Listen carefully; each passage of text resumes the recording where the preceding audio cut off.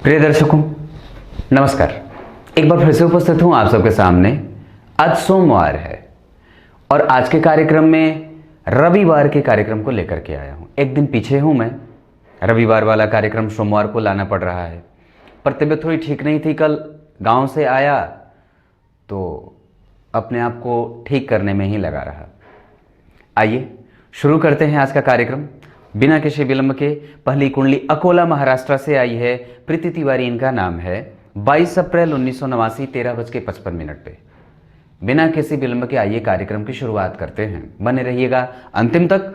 और जिन लोगों ने भी कल के कार्यक्रम में या कल के पोस्ट पे कमेंट किया है तो वो कार्यक्रम जरूर देख के जाएं। हो सकता है उस 10 कुंडलियों में से एक कुंडली आपकी भी हो।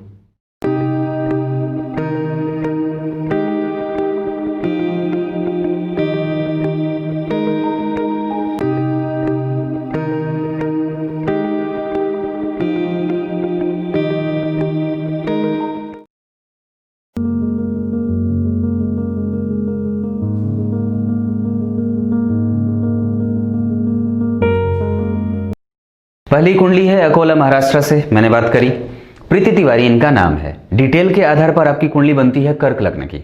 लग्न के अधिपति होते हैं, यहाँ 4 नंबर दिखा, यहाँ के अधिपति होते हैं चंद्रमा, सुख में बैठे हैं। विवाह के सुख की स्थितियां बनती हैं, पर चंद्रमा वहां अकेले है और उसके आगे पीछे कोई ग्रह नहीं है, तो थोड़ा मन परेशान है। छोटी छोटी बातों पर व्यक्ति का मन हताश, निराश और अंधेरे में डूब जाता है। दूसरी बात बताओ, विवाह का सुख कैसा है और विवाह के बाद की स्थिति। तो आपकी कुंडली में सप्तम भाव का अधिपति बनता है शनि। यहाँ का अधिपति होकर के वो अपने भाव से 12वें गए हैं और वो किसी भी प्रकार से अगर देखता हूं तो किसी भी प्रकार के कोई शुभ ग्रह से उनका प्रभाव नहीं बन रहा है। ऊपर से केतु की दृष्टि सप्तम भाव के अधिपति शनि पे, शनि इस कुंडली में मारक हो जाते हैं। अब जरा इसी बात को मैं नवमांश में लेके आता हूँ। मीन का नवमांश बन रहा है। यहाँ के अधिपति होते हैं गुरु, वो पराक्रम भाव में जाकर के और यहां से बैठ करके 5वीं दृष्टि से सप्तम भाव को देख रहे हैं। जहां के अधिपति बनेंगे बुध, वो जाकर के भाग्य भाव में वृश्चिक राशि के बैठे हैं। ये ठीक है, क्योंकि गुरु की दृष्टि सप्तम भाव के अधिपति, सप्तम भाव पे और सप्तम भाव के अधिपति पे। तो इस बात से आप बिल्कुल ही निश्चिंत रहें कि विवाह के बाद की स्थिति कैसी होने वाली है। आपकी कुंडली मांगलिक बनती है, फिर भी परेशान नहीं होना है। मंगल की स्थिति मृगशिरा नक्षत्र का खुद के नक्षत्र में है तो थोड़ा उग्र होगा, प्रभाव उसका ज्यादा रहेगा, पर नुकसानदायक कम होगा। एक बात और बता दूं, आप चंद्र कुंडली से मांगलिक नहीं हैं, लग्न कुंडली से मांगलिक हैं, पर ये स्थितियां आपको इस बात की ओर इशारा कर रही हैं कि व्यक्ति किसी को पैसे ना दे और किसी पे भरोसा ना करे। अपने प्रभावों को कम और बेहतर बनाने के लिए आपको हमेशा ही शिव जी की पूजा कर लेनी चाहिए। दूसरी बात बता दूं, आपकी कुंडली में कैरियर क्षेत्र बड़ा ऊंचा और अच्छा दिख रहा है। ऐसा इसलिए क्योंकि सूर्य, बुध और शुक्र तीनों यहां बैठे हैं, पर ऐसी स्थितियों में व्यक्ति को कैरियर में कभी कभी नुकसान का भी सामना करना पड़ता है। उच्च के शुक्र हैं, उच्च के सूर्य हैं, बुध के साथ बैठे हैं। वहां पे सूर्य ने शुक्र को अस्त किया है। डिग्री के हिसाब से सूर्य 8 अंश के हैं, बुध 26 अंश के हैं। तो सूर्य से बुध अस्त तो नहीं हो रहा, पर शुक्र अस्त हो रहा है, क्योंकि उसकी डिग्री 12 अंश की बन रही है। तदुपरांत कहने का मतलब है कि व्यक्ति का कैरियर क्षेत्र ठीक है, पर वहां पे एक ग्रह के अस्त हो जाने के कारण पद की गंभीरता नहीं मिल रही है। जो शुक्र पद और क्राउन देता है उसकी कमजोरी दिख रही है। एक बात और कहूंगा, जन्म कुंडली में सूर्य की स्थिति चतुर्थ भाव में बन रही है। आत्मविश्वास को इतना ज्यादा मजबूत न कर लीजिएगा कि सामने वाले से संबंध खराब हो जाए। अपने आप को महत्वाकांक्षी उतना ना कर लीजिएगा कि सामने वाले को समझ ही ना पाए। अपने प्रभावों को इतना ज्यादा दूसरों के ऊपर हावी न होने दीजिएगा कि वो आपसे छुप छुपा करके रहने का आदी हो जाए। विवाह कब होगी? ऐसी स्थितियां, शनि में गुरु का अंतर, विवाह के योग चल रहे हैं। ऐसा इस वजह से क्योंकि जन्म कुंडली में भाग्येश की दशा जब होती है तो विवाह का सुख मिलता है। पर जरा गोचर में विवाह करिए कि विवाह की स्थिति, तो आपकी राशि है तुला की। तुला राशि के ऊपर से विवाह के बारे में अगर गौर करते हैं तो गुरु अभी आपकी राशि से चतुर्थस्थ जा रहे हैं। तुला, वृश्चिक, धनु, मकर, 22 नवंबर को उनकी उस राशि परिवर्तन हुई है। इस आधार पर अगर गौर करिए तो वो राशि से चतुर्थस्थ गए हैं, तो थोड़ा ठीक नहीं होता है। अपने माताजी का विशेष ख्याल रखिएगा, पिता का ख्याल रखिएगा। अपने सुख से संबंधित संसाधनों पे थोड़े से स्थितियों के व्ययात्मक होने की स्थितियां बनती हैं। पर चौथे का गुरु का गोचर ठीक नहीं होता है। इस वजह से मैं कहूंगा कि सुख पे ध्यान देने की आवश्यकता होगी, खर्च पे। और इस दौरान हो सकता है कि लोग आपको चीट करें, तो जरा उनसे बच के रहिएगा। विवाह की स्थिति बनती है, गोचर में गुरु से कमजोर होने से विवाह कमजोर होता है। मेहनत ज्यादा करनी पड़ेगी और एफर्ट ज्यादा लगाना पड़ेगा। पंचम भाव के अधिपति आपकी कुंडली में बनते हैं मंगल, वो जाकर के जन्म कुंडली के 12 में बैठे हैं। इस वजह से प्रेम संबंधों में थोड़ा बचाव करने की आवश्यकता रहेगी। प्रेम ना करें, अरेंज मैरिज ही करें तो ज़्यादा ठीक होगा। अगली कुंडली की तरफ बढ़ते हैं। अगली कुंडली है अमित शर्मा। ये हैं दिल्ली से, 27 फरवरी 1984, 13:05। अब जरा गौर करिए, अपने सवाल बड़ा अच्छा पूछ लिया है और कुछ कहने का मौका भी मिल गया है। प्रायः हम लोगों के विवाह जब भी टूटते हैं तो हम उसे ये कह देते हैं कि कुंडली मिलाई नहीं गई थी या फिर पता नहीं क्या क्या। पर एक बात बता दूं, ये कुंडली इस जन्म की तो है ही नहीं। आप इसको इस जन्म का मानते हैं, पर कुंडली का इतिहास और कुंडली के ग्रंथ, ज्योतिष का ग्रंथ ये कहता है कि आपके पिछले कई जन्मों के आधार के और कर्मों के आधार पर ही इस कुंडली का निर्माण हुआ है। तो इस बात को परे कर दीजिए। पर वस्तुतः आपके कर्म ही अच्छे नहीं थे कि अच्छी पत्नी मिल सके। मैं तो यही कहता हूं, और यह सही भी है, क्योंकि आपने पिछले जन्म में किसी को परेशान किया था तो इस जन्म में आपको परेशान होना पड़ता है। ये इसी सिद्धांत पे ये जन्म कुंडलियों का खेल खेलता है और चलती हैं चीजें। आपकी कुंडली पे आते हैं, कृष्ण पक्ष के अमावस्या के निकट के चंद्रमा हैं आपकी कुंडली में, तो परेशानी तो रहेगी। दूसरी बात, लग्न का अधिपति ही बुध बनता है। यहां 3 नंबर की कुंडली बनती है, वो अस्त हो गया है, कमजोर होता है। सुख का अधिपति और लग्न का अधिपति होकर के अस्त हुआ है। आपको खुश करने के लिए कोई कुछ भी कह सकता है अमित जी, पर मैं खुश नहीं कर सकता, वो हूं ही नहीं, मैं वो ज्योतिषी नहीं हूं। दूसरी बात, आपकी कुंडली में शुक्र अष्टम भाव में बैठे हैं। जिस नक्षत्र में बैठे हैं उस नक्षत्र का अधिपति ही कमजोर है, पापक है। श्रवण नक्षत्र जो बनता है द्वितीय भाव का अधिपति। शुक्र अष्टम में जाकर के आपको परेशान करने का काम कर रहा है। भौतिक और सांसारिक पारिवारिक सुखों का प्रणेता होता है शुक्र, और वो कमजोर हो रहा है, ये दिक्कत है। दूसरी बात, आपकी कुंडली के पंचम भाव पे आते हैं। यहां मंगल और राहु बैठे हैं, जहां शनि उच्च, मंगल और शनि बैठे हैं जहां शनि उच्च का है। और प्रेम कैसे मिल सकता है जब जन्म कुंडली के पंचम भाव में शनि मंगल का प्रभाव हो? तो भटकना तो पड़ेगा ना। अब पता नहीं आपने विवाह किससे करी है, वो है कौन? तो आपकी कुंडली में पत्नी भाव तो खराब नहीं बन रहा है, मतलब निस्संदेह आपकी कुंडली ही कमजोर हो सकती है, क्योंकि यहां पे चंद्रमा और गुरु एक साथ बैठे हों तो गुरु पापग्रह के साथ बैठे हैं। विवाह का सुख का कारक शुक्र अष्टम में बैठा है, यहां का कारक अष्टम भाव में अकेले बैठा। गुरु और चंद्रमा का प्रभाव है, शनि मंगल का प्रभाव यहां है। यह दाम्पत्य को फ्लरिश करने वाला भाव होता है, और कमजोर तो रहा ना ये। जहां शनि उच्च के मंगल खराब, तो कमजोर हुआ। अभी दशा भी राहु की चल रही है, तो यहां से भी मुश्किलें हैं, और ये चलेगी अभी आपकी कुंडली में 2026 के 9वें महीने तक। गुरु जब तक नहीं आएंगे तब तक कुछ भी नहीं हो सकता है। इसको संभालना होगा। दशाओं के बदलने का इंतजार करिए, उनको थोड़ा रेस्ट दीजिए, कुछ दिन आराम आप भी कर लीजिए। पर एक बात कहता हूं, आपको लाजवर्त पहन लेना चाहिए और एक मोती भी पहन लीजिए। आपकी कुंडली में चंद्रमा भी शत्रु के हैं और सूर्य तो अति शत्रु का बैठा ही है। वो कहां बैठा है? यहां भाग्य भाव में। किसके साथ? बुध के साथ, जो कहां का अधिपति है? लग्न का अधिपति। लग्न का अधिपति भाग्य में बैठा, भाग्य का साथ मिलेगा, पर थोड़ा इंतजार, वेट करिए, और इंतजार करने के बाद ही आपको परिणाम मिल सकता है। पर एक बात बता दूं, राहु का प्रभाव है तो कुछ भी बिगड़ सकता है।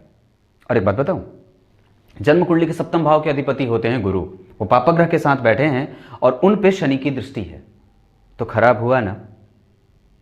खराब तो हुआ, क्योंकि अष्टम भाव का अधिपति और भाग्य भाव का अधिपति, ये दोनों, अब भाग्येश होने के साथ साथ वो अष्टमेश भी हो गया, तो परिणाम तो बुरा देगा। तो यहां के अष्टम के अधिपति होकर के पंचम में बैठे हैं और पापग्रह होकर के उच्च का हो गया है, मंगल के साथ बैठा है, यहां भी परेशानी।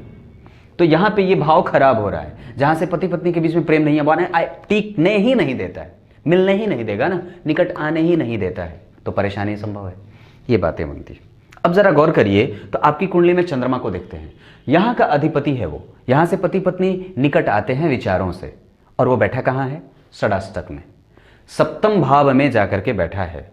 और किसके साथ? सप्तमेश के साथ। सप्तम भाव का अधिपति सप्तम में बैठा है, मतलब विवाह का सुख होगा। वो कब? इंतजार, गुरु की दशा आने दीजिए। अभी तो परेशान रहेंगे आप, पर तब तक मनाना किसको है? देवगुरु बृहस्पति को। मंत्र जप कर लिया करिए, कात्यायनी मंत्र का जप कर लिया करिए, और शिव जी की पूजा प्रत्येक दिन। शिव जी को अगर बेलपत्र हो जाए तो चढ़ा दिया करिए, अगर कुछ ना हो सके तो मोती धारण कर लीजिए, मोतियों की माला और एक अंगूठी संभवतया। दूसरी बात, पत्नी से बातचीत करना बंद मत करिएगा, उसके पास और उसके निकट जाने का भरसक प्रयास करिएगा। अब क्या बताऊं, राहु की दशा है, एक लाजवर्त पहन लीजिए और एक मोती पहन लीजिए। मोतियों की माला भी आपके लिए लाभदायक हो सकती है। और स्थितियां थोड़ी कमजोर हैं विवाह की, पर इस कुंडली में यहां पे मैं यही कहूंगा, क्योंकि नौमांस भी यहां पे मंगल और राहु से युक्त हो रहा है, तो समस्या तो आप ही के साथ है। अब वो कुंडली तो मेरे पास है नहीं, और कुंडली मैचिंग कैसी रही, दिन का संबंध कैसा रहा, नक्षत्र का संबंध कैसा रहा, राशियों का संबंध कैसा रहा, ये तो देखना बाकी रहेगा। अब अगली कुंडली पे पढ़ते हैं। अगली कुंडली है भारती वर्मा, ये मवाना उत्तर प्रदेश, 29 जुलाई 1996, 15:40। इस आधार पर आपकी कुंडली गौर करिएगा, वृश्चिक लग्न की बनती है, मतलब लग्न के अधिपति बनते हैं मंगल, यहां 8 नंबर लिखा है, और लग्न के अधिपति होकर के अष्टम भाव में गए हैं नक्षत्र आर्द्रा का लेकर के, यानी कि ये कंफ्यूज हो रहे हैं कहीं ना कहीं। अष्टमस्थ लग्नेश का होना अवयोग की अवधारणा को बता देता है, मतलब जीवन थोड़ी कष्टमयी स्थितियों से गुजरने वाला हो सकता है। चंद्रमा आपकी कुंडली में गुरु के साथ बैठे हैं, धनु राशि के चंद्रमा यहां है और धनु राशि के अधिपति गुरु के साथ बैठे हैं। इस वजह से राशि के अधिपति और राशि के साथ अगर ग्रह, राशि के अधिपति के साथ अगर चंद्रमा बैठे हों तो ये बलवान हो जाते हैं और अपने प्रभावों को बहुत अच्छे तरीके से श्रेष्ठ बना देते हैं। मुखड़ा भाव में गुरु और चंद्रमा का होना ये श्रेष्ठ मुखड़े को दिखा रहा है। शनि केतु यहां बैठे हैं, ये थोड़ा कमजोर होगा, पर यहां के अधिपति गुरु अपने भाव में, अपने भाव से 4 घर पीछे गए हैं, 1 2 3 4, पर द्वितीय भाव में बैठे हैं। पंचम भाव के अधिपति का द्वितीय भाव में जाना ठीक होता है, पर धन के मामले में थोड़ा कमजोर भी करता है। उसके बाद मंगल की चौथी दृष्टि राहु पे है, राहु के नक्षत्र में है, मंगल की चौथी दृष्टि यहां, मंगल की 7वीं दृष्टि यहां और मंगल की 8वीं दृष्टि यहां। लग्नेश की दृष्टियां जहां जहां भी पड़ रही हैं वो भाव संवरेगा, पर अपना प्रभाव नैसर्गिक रूप से वो कमजोर भी करेगा। विवाह के बाद के सुख की अगर स्थिति देखता हूं तो थोड़ी सी कमजोर भी बन रही है। आपकी कुंडली में मंगल अष्टम भाव में बैठा है, पर वो लग्नेश है, पर नौमांस कुंडली में भी वो 12 में जा रहा है, तो कहीं ना कहीं समस्या है। और एक बात बता दूं, तो जन्म कुंडली में जो स्थिति बन रही है वो राहु की दशा में है। आप एक लाजवर्त सबसे पहले धारण करिए। आपकी कुंडली में अभी राहु की दशा आई ही है, दरअसल 2018 से तो अभी आपने प्रवेश किया है और अभी तो उसके कुछ झोंके आपने देखे होंगे, पर राहु आपकी कुंडली के लिए स्वराशि का बैठा है, हस्त नक्षत्र का बैठा है, जिसका अधिपति चंद्रमा आपकी कुंडली में शत्रुग्रही होकर के बैठा है गुरु के साथ, और गुरु वक्री होकर के खुद को अशुद्ध कर रहे हैं। इस वजह से यह बात कहूंगा कुंडली अच्छी बनती है, क्योंकि सप्तम भाव का अधिपति सप्तम भाव में अकेला बैठा है, पर यह कारक होता है, अकेला बैठा तो कमजोर हुआ। दाम्पत्य ठीक बीतने का असर दिखता है, पर मंगल भी बाहर और चंद्रमा भी 12 नवांश में, यह स्थिति ठीक नहीं होती है। कुंडली मिलाकर के विवाह करें, वैवाहिक सुख है, पर यहां पे थोड़ी सी स्थितियां कमजोर हो रही हैं शनि और केतु के कारण। तो मैं ये बात कहूंगा, कुंडली मिलाएं। विवाह की स्थिति अभी राहु की दशा है, 11वें भाव में वो बैठा है बुध की राशि में, और आपकी कुंडली में वो अभी 2021 के 8वें महीने के बाद विवाह की स्थितियां बन रही हैं। ध्यान से समझिएगा, 2021 के 8वें महीने के बाद ये स्थिति बन रही है। अब अगली कुंडली की तरफ बढ़ते हैं।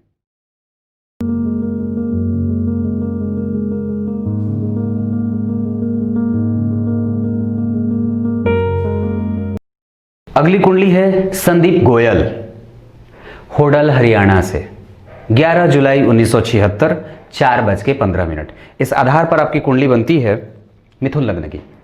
लग्न के अधिपति लग्न में बैठे हैं, पर वो अस्त हैं। ऐसा इसलिए क्योंकि सूर्य 25 अंश के और बुध 19 अंश के, ये अस्त हो गए। लग्न का अधिपति अस्त है, पर लग्न में बैठा है, फिर भी ठीक रहा। आपने पूछा है शेयर मार्केट वगैरह से संबंधित सवाल है, और बिल्कुल है।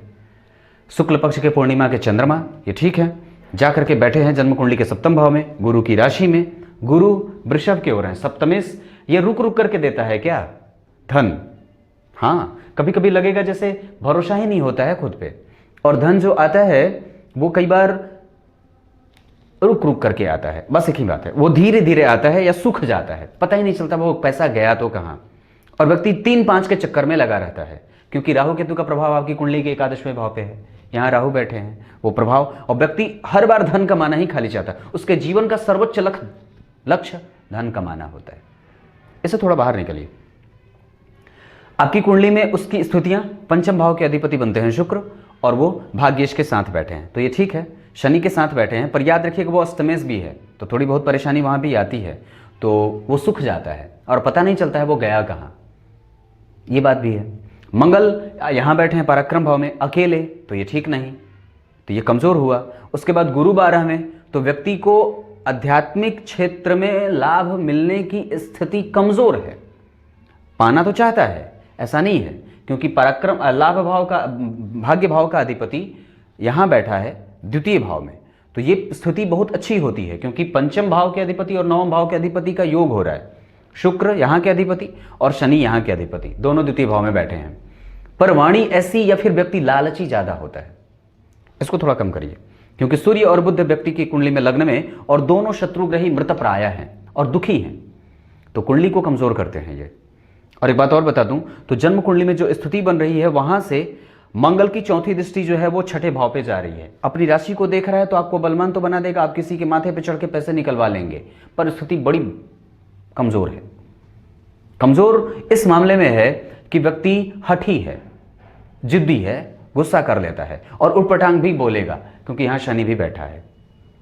तो उटपटांग ना बोलिए, किसी को पैसे देने से पहले विचार कर लीजिए, क्योंकि बाद में बहस और किसी भी तरीके के बदगुमानी में फंसने की स्थितियां ना बने, इस वजह से यह बात बनती है। चंद्रमा है अकेला, तो बैलेंस अपना बना करके रखिएगा, नहीं तो बुढ़ापे में कोई भी सहयोग की स्थिति में नहीं बनती है, तो निढाल ना पड़े, हो ना पड़े।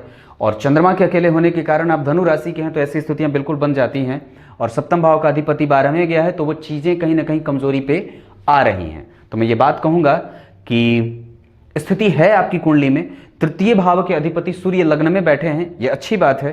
पंचम भाव के अधिपति, ये शेयर मार्केट के लिए ये दोनों भावों का देखना जरूरी होता है, एकादश में और सप्तम को भी देखना जरूरी होता है। भाव कमजोर कोई भी नहीं बन रहा है, पर सप्तम भाव कमजोर बन रहा है। एकादश में के अधिपति मंगल जाकर के जन्म कुंडली में अपने भाव से पंचमस्थ हैं और यहां से ऋण भाव को देख रहे हैं, तो चीजें ठीक होती हैं। चंद्रमा भी आपकी कुंडली में कमजोर नहीं है, पर लालच से मुक्त होकर के करिए, क्योंकि चंद्रमा अगर अनस्टेबल होता है तो व्यक्ति को लालची बना देता है। और खास करके बुद्ध भी तो कमजोर है, तो निर्णय आपके गलत भी प्रायः सिद्ध हुए हैं। तो लेने से पहले किसी अच्छे और कहीं पे भी इन्वेस्ट करना चाहते हो, तो आपकी कुंडली के आधार पर मेष राशि अच्छी बनेगी और मेष राशि के जो कंपनियां बनती हैं उनके नाम अच्छे बनेंगे। उसके बाद आपकी कुंडली में धनु राशि भी अच्छी बनेगी, पर वो थोड़ी कमजोर है। ऐसे राशि के हिसाब से तुला राशि भी अच्छी बनने वाली है। एक बात कहता हूं, आपकी कुंडली में अगर मैं और भी चीजें देखता हूं, तो चंद्रमा उच्च का हो रहा है D10 चार्ट में, ये अच्छी बात है। शनि और बुध का प्रभाव है, निश्चित रूप से ये दोनों एक दूसरे के मित्र होते हैं और देख रहे हैं, तो शेयर मार्केट से लाभ है, पर लालच से मुक्त होकर के।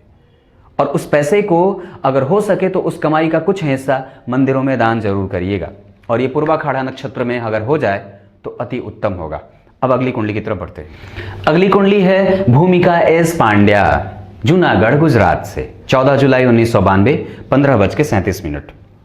वृश्चिक लग्न की कुंडली बनती है। लग्न के अधिपति प्रतियोगिता भाव में बैठे हैं स्वग्रही होकर के, ये अच्छी बात है। आपकी कुंडली में शुक्र अस्त है, जो कि उच्च शिक्षा के लिए देखा जाता है, और वो वहीं जाकर के अस्त हुआ है, तो थोड़ी बहुत परेशानियां भी बनती हैं। ऐसा कई बार होता है कि व्यक्ति को टाइम पे उसकी डिग्री पूरी नहीं होती है, या उसमें विलंब बनते रहते हैं, ये बात बनती है। लग्न खाली है, पर गुरु बहुत अच्छे बैठे हैं, ये अकेले बैठे हैं, ये कारक क्षेत्र है उनका, फिर भी अकेले हैं, इस वजह से भी निगेटिविटी थोड़ी मिल रही है। उनकी 5वीं दृष्टि यहाँ पड़ रही है, और यहाँ के अधिपति वो खुद होते हैं। वृश्चिक लग्न की कुंडली में द्वितीय भाव के अधिपति गुरु खुद दशम भाव में बैठे, पंचम नवम का संबंध बना, यहाँ पे राहु और चंद्रमा का ग्रहण लगा है, इस वजह से कोई भी काम करने चलते हैं विलंब हो जाता है और मन खिन्न हो जाता है। एक बात बताऊं, राहु और चंद्रमा का ग्रहण आपके विचारों में लगा है, तो उसे थोड़ा शांत रखिए और अपने आप को बेहतर करने का प्रयास करना जरूरी है।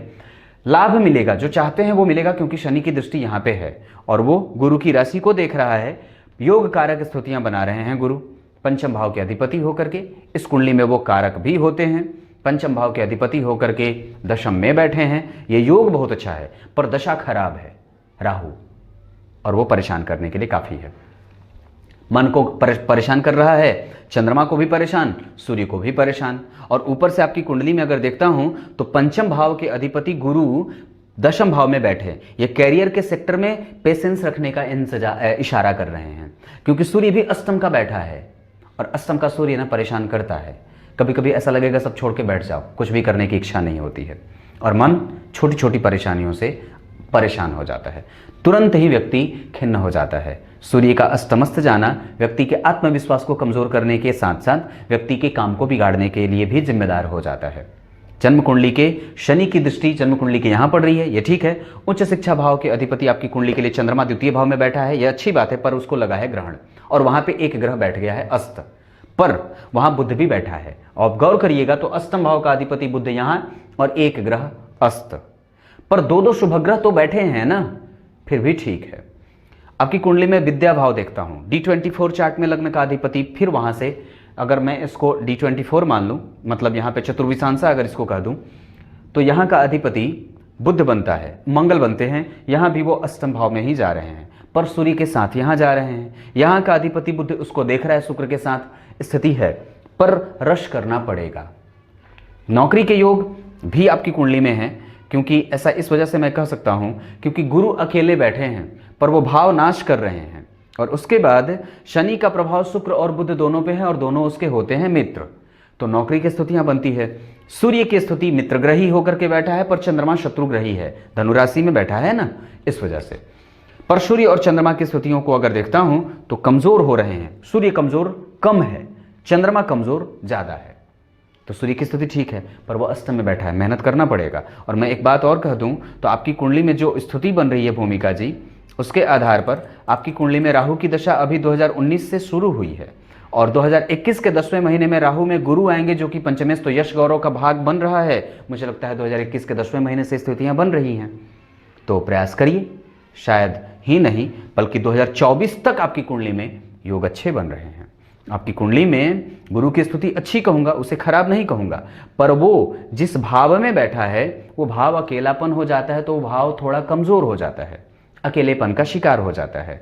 दशम भाव के अधिपति भी अष्टम में जा रहे हैं, राहु केतु का प्रभाव है, तो दशम भाव के अधिपति पे राहु केतु का प्रभाव होगा तो व्यक्ति को बब्बर शेर बनाएगा, पर मेहनत ज्यादा करवाता है। दशा भी राहु की है, इस वजह से दशमेश को वो अपने आगोश में ले रहा है, तो दिक्कतों का सामना।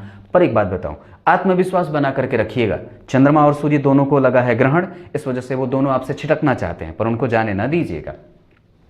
पूर्णिमा का व्रत कर लिया करिए, आपके मन को शांति की आवश्यकता है। द्वितीय भाव में बैठ करके वो विचारों में भाव में खनक पैदा करते हैं, दिक्कत वाली, परेशानियों वाली, और विचार कहीं ना कहीं प्रभावित होता है। व्यक्ति तेज होगा, ऐसा इस वजह से क्योंकि जन्म कुंडली के उच्च शिक्षा भाव में दो शुभ ग्रह बैठे हैं, पर वहां पे ग्रह अस्त हो रहे हैं। जो शुक्र पद देता है वो अगर अस्त हो जाएगा तो मुश्किलें खड़ी करेगा ना, इस वजह से। और गुरु भी तो अकेले हैं, शनि भी तो अकेला है, उसकी दृष्टि यहां पड़ रही है, वो देने का इशारा कर रहा है, मतलब पेशेंस भी रखना होगा, घबराइएगा नहीं। 92 के हैं आप, वक्त भी है आपके पास। पर मैं एक बात कहूंगा, राहु की दशा है, एक लाजवर्त सबसे पहले पहनिए, और लाजवर्त पहनना ही होगा, यही आपकी कुंडली की। अंतिम में एक बात और कह दूं, स्थिति है आपकी कुंडली में सरकारी नौकरी के, ऐसे नहीं है, पर मेहनत करने के बाद है, मेहनत करने के बाद है। इंतजार करना चाहते हैं तो कर लीजिए। 2021 के 10वें महीने से लेकर के 24 के दूसरे महीने तक नौकरी के योग हैं, क्योंकि राहु और गुरु का संबंध भी अगर मैं देखता हूं तो अच्छे बन रहे हैं, खराब नहीं है। वो चंद्रमा के साथ शुभ ग्रह की राशि में बैठा है, शुभ ग्रह होकर के चंद्रमा बैठा है, बेहतर है, घबराइए नहीं। है एक बात बताता हूं, आज तबीयत थोड़ी ठीक नहीं है, तो आप लोग देख भी रहे होंगे मैं रुक रुक करके बोल रहा हूं, तो मैं ये कहता हूं कि आज 5 ही रहने देते हैं। हिम्मत बिल्कुल भी नहीं कर रहा है, आज भी कार्यक्रम लेने के मूड में नहीं था, और घर वाले तो सब लोग मना कर रहे थे कि आज मत बनाओ, फिर भी सोचा कि नहीं कुछ बना देता हूँ, तो इसी तक यहीं पे आज इसको सीमित करते हैं। देखता हूँ तबीयत कैसी रहती है तो कल का कार्यक्रम लेके आऊँगा। तब तक के लिए इजाज़त दीजिए, कल एक बार फिर से उपस्थित होंगे अगर सब कुछ ठीक रहा तो। तब तक के लिए बहुत बहुत नमस्कार। मेरे साथ स्थिति यही है, बाहर निकलो की तबीयत खराब, इसलिए कहीं जाता और आता नहीं, यही समस्या है, क्या करूँ। तब तक के लिए अब कल का कार्यक्रम देखना मत भूलिएगा, अगर आऊँगा तो जरूर बता दूंगा। तब तक के लिए एक बार फिर से नमस्कार करता हूँ।